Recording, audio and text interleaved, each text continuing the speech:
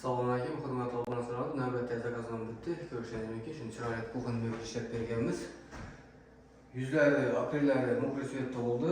İçten korobkalari yog'och svetda ishlaganmiz. Stollardan raketni yaxshisidan yog'och svetdan qo'yib berganmiz. Xo'sh, kuxonimiz 4,5 metr bo'ldi, lekin mestamiz 6 metr.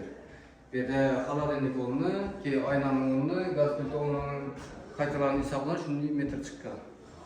Biz bu monolarni hisoblaymiz. Meyve ko'ylakları hesaplanadi.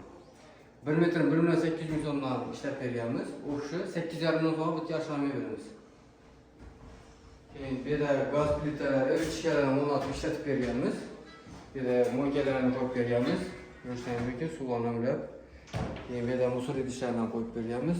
Ham yer 100% puxa plastik bo'ladi, ichlarini ochib, qog'oz qurolga bosilmaydi. Quloqlar ham vakuumni quloq qo'ygan, yaxshisidan qo'yilgan, keyin mexanizmlar ham, qatnovlar ham vakuumni qo'yilgan. Chiroyli bo'lib chiqdi kuxonamiz. Kimga shunday mebellar kerak bo'lsa, o'zimizdan rozetada quloqlarga chiroyli cho't ketib